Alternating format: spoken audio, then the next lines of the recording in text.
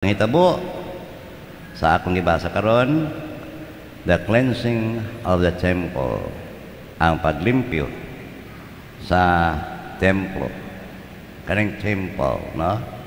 Din magani magsugod. Long history kini siya nga dunay dako kayong kalabigitan with the Jewish people during the time of Moses. Di ba, gipalabang sila from Egypt to the promised land. And then there was a time nga Moses nakikistorya sa atong Ginoo dito sa bukid sa Mount Sinai.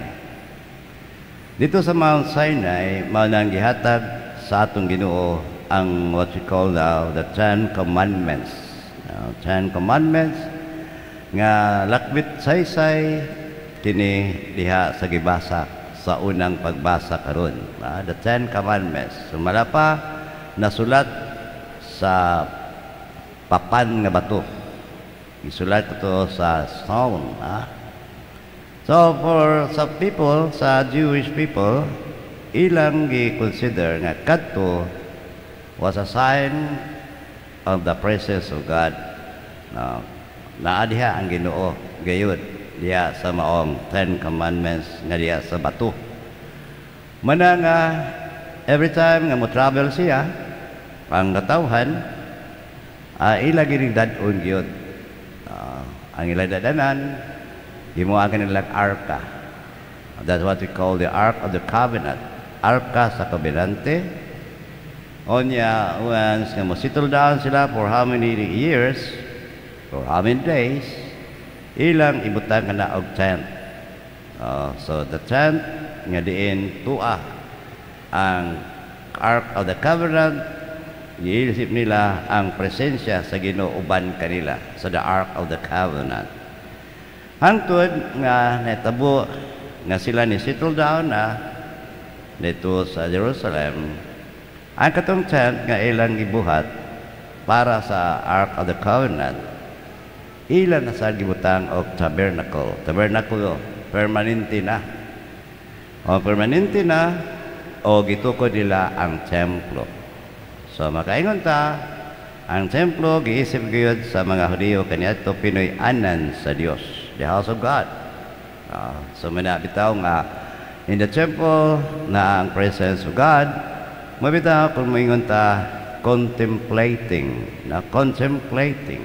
contemplation nga mo spend of time ka inside diha sa simbahan or inside nga diin in a room ba or chapel wherein adunay blessed sacrament ka, you are living with God. Manang moingon ta contemplation, no? So ang atong mga minds, ang atong mga meditations nato, as if you agi ka o di kay as if, no? Naagi ka sa presensya sa God. That is a contemplation. Manamang nga pamalandong, more than pamalandong, no? More than meditation, but rather a contemplation. Good. Nga nga dunay mga saints na considered as contemplative sisters, no? Mga madre, no? Sana agi sila uban sa presensya sa atong Ginoong Dios. That's how nga nag-start ang temple. Dito kini sa gibuhat sa Jerusalem. Maning instance karon nga din si Kristo may bisita. Kaya for the Jewish people, kaning temple is the center of all their religious activities. Even from abroad, from any other places nga tuwa ang mga Jewish people, ang mga Hudiyo, maadto gina sila every time nga magsaulog sila gitawag og Pasko, or every time nga kanang gitawag ko Passover, no? Ang paghandom sa pagduo, paglabang sa mga Hudiyo dito sa the promised land. So muning panahon na niadto pod si Kristo, no? Kaya naman Hudiyo sad siya, no? O nabatasan sa gamay pa siya, kuyo gini siya gitawag og sa iyang ginikanan kuyog ni sila every year kana adto ginaslas templo kanang mga tao unsay buhaton dito mana dito ang ritual sa paghalad sa atong mga katawhan ngadto sa Ginoong Dios. Ang halal baya nila kaniadto dunay altar sa halaran niya ang mga halal nila mga mananap o muna nga dunay mga baka or mga karnero even sa lampati ihalal nila sa templo. Unya dito ra ba sa templo para nila ang mga kadakuan nila adunay pamaagi sad nga ang ritual nga gibuhat sa mga Hudiyo kaniadto kapahimuslan nila. Muna nga ang mga tao kaniadto kapoy man kayo magdala pa o lagyo kayo mga butang o ilang gikanan haso kayo magdala sila o ilang mga baka karnero pa uban pa mga kayupan na ihalad. So dili nila dadon dito sa templo kundili doon na sa kay gitawa entrepreneurship kay entrepreneur kayo doon na sa nagdaong mga baka doon na sa mga sa tawi ini mga karnero mga hayop aron adto na lang sila mamalit o mga karnero mga baka labot pa mahadlok sila kay ligi stricto kayo ang inspector meat inspector hilagi nung subsihon wa baka di sakit di baka ni siya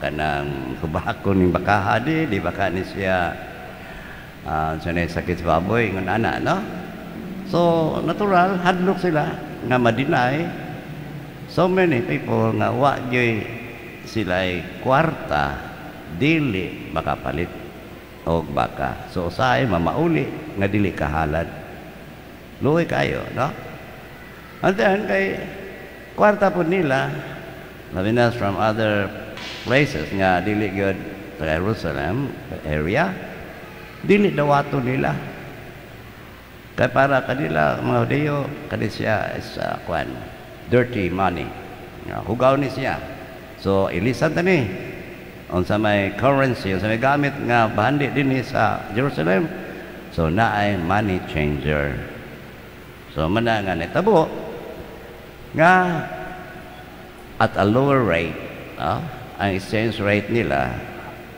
gamay kayo so mas dako ang magasto sa kwarta sa mga dili tagadiha kay ligi para nila di man dili gyud madawat ang kwarta nila so bahala na og mahal ang uban mapugos gyud pagpailis pero morning nakit-an sa atong Ginoong Dios no nga nung suko gyud kay siya naay panmanlupig sa mga kabus naay panlapig nasay dili makatarunganon kayo inostesya gi kayo na para sa mga katawhan nga gibuhat kini sa mga kadakuan diha sa templo natural do na ni kakonsabo sila kakonsabo nila ang meat inspector siguro kakonsabo nila ang in cahoots with the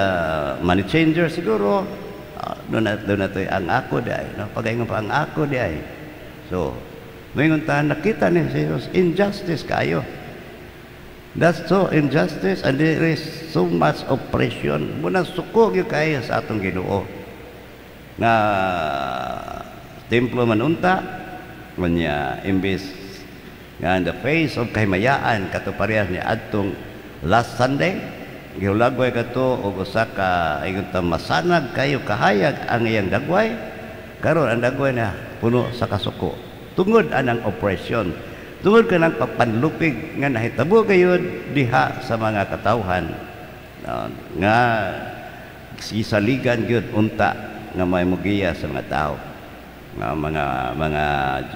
mga kadakuan diha sa templo mga Pariseo, uban pa. So one reason nga nusuko kay siya. Another thing, no? Ang temple, doon na daghang kanang section, no? Nanay ingon ta section, no? Dir kanang patahat, no? So actually doon ay 5, no? 5 ka section. And dire gyud sa altar, manang gitawag Holy of Holies, no? And then anha gyud himuon ang ritual sa paghalad, ritual sa pagsunog sa mga mananap nga ihalad sa Ginoong Dios. And then doon na po nailain nga kwarto kibali or section alang sa mga kadakuan, sa mga kaparian. Sana kini sila dili man ni magsimba nga ipon nung tapad ba babay balaki. So doon na gitawag sila og the court of men, court of women. 1, 2, 3, 4. At the outside, no, entrance, manang the court of the Gentiles.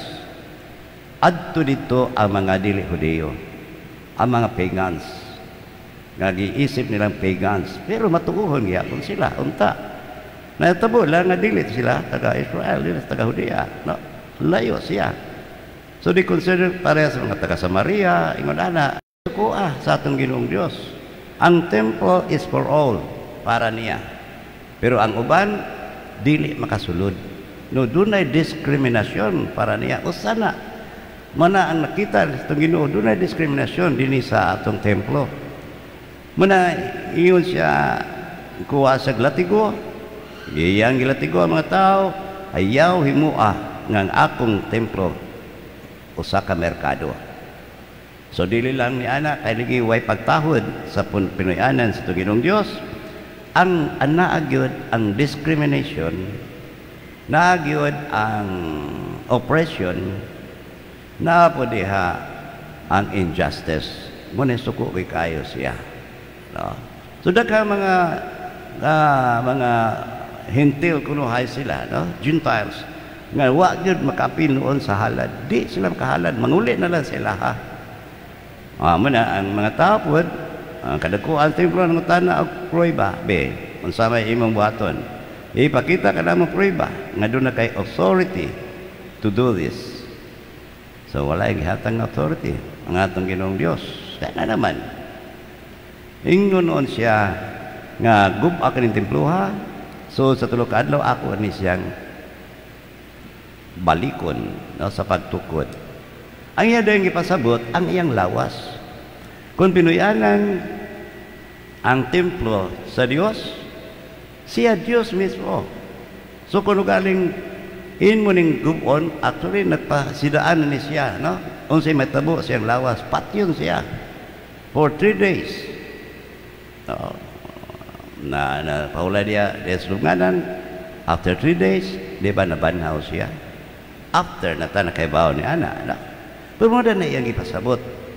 So one way nga napasabot po siya kanato, ang atong lawas is bililhon kayo. Nga naman kay we were adopted by God as children of God. Nya gipuy-an kita, gipadala sa ato kanato ang Espiritu Santo. That's why we consider ourselves as temple of the Holy Spirit. So in a sense, diya sa dihay ang atong obligasyon pagtagad sa atong lawas, pag-amuma sa atong lawas. Kay there was once upon a time kung kita namatay na, gipuy anta sa Espiritu Santo. Bada nga gani himuon nato ang butanganan gyud nga sakto for the body. Asa man sementeryo gyud. Even ikaw na-cremate ka, or even the may cremated ang tao nga namatay, di yun na ibutang sa balay. Asar na Pinoyanan ka na sa Espiritu Santo, asar na ibutang, doon na ibutangan na mga semeteryo. So kanang aban nga makita na to, ang aban kano isabuag lang sa dagat, sabuag lang sa asa isabuag, no? dili na Katoliko, dili na Kristiyano nga tinuan. Ibutang kunuhay na to diha sa tuwa aron makikuban-uban ta. Ang ako ana siguro kanang sa buhi pa ang namatay nga ilang i-cremate, wa gyud katagad. Wa gyud nila himatnguni nga naa siya. Pamawi na lang ba? But kining atong gihimo karon ni Kristo sa the cleansing of the temple, mo ni siya ang eye opener nato nga siya nag-ila templo sa Espiritu Santo. Gubani yes, kita po templo sa Espiritu Santo, bantayan ni amumahan ni. So kining cleansing of the temple dili lang pinikay about sa kanang gitawag nato nga pag ilagyod unta gini sa pagtahod sa Pinoy-anan sa Dios. There was once a temple, pero karon gitawag na siya og simbahan. That is why katong gitawag gihimo nila tabernacle, wala ang gihimo gyapon nato karon is a tabernacle naa ang atong Ginoong Dios. So muna nagtawag kanato sa pagtahod sa atong simbahan. Kay naaman ang Dios na Pinoy-anan sa Ginoo. Muna nga doon na kita pagpakita o pagmahal sa atong simbahan, pagpakita o pagmahal o pagtahod labi na kay ligi Pinoy-anan man kani sa Dios. Saba nga nagtahod po taas itong tagsa-tagsa ka mga lawas kay once upon a time na katong nga matay na gipuy anto sila sa Espiritu Santo. But still, until now, kita ania ang Espiritu Santo uban kanato. Manindog ta o mag-amputa sa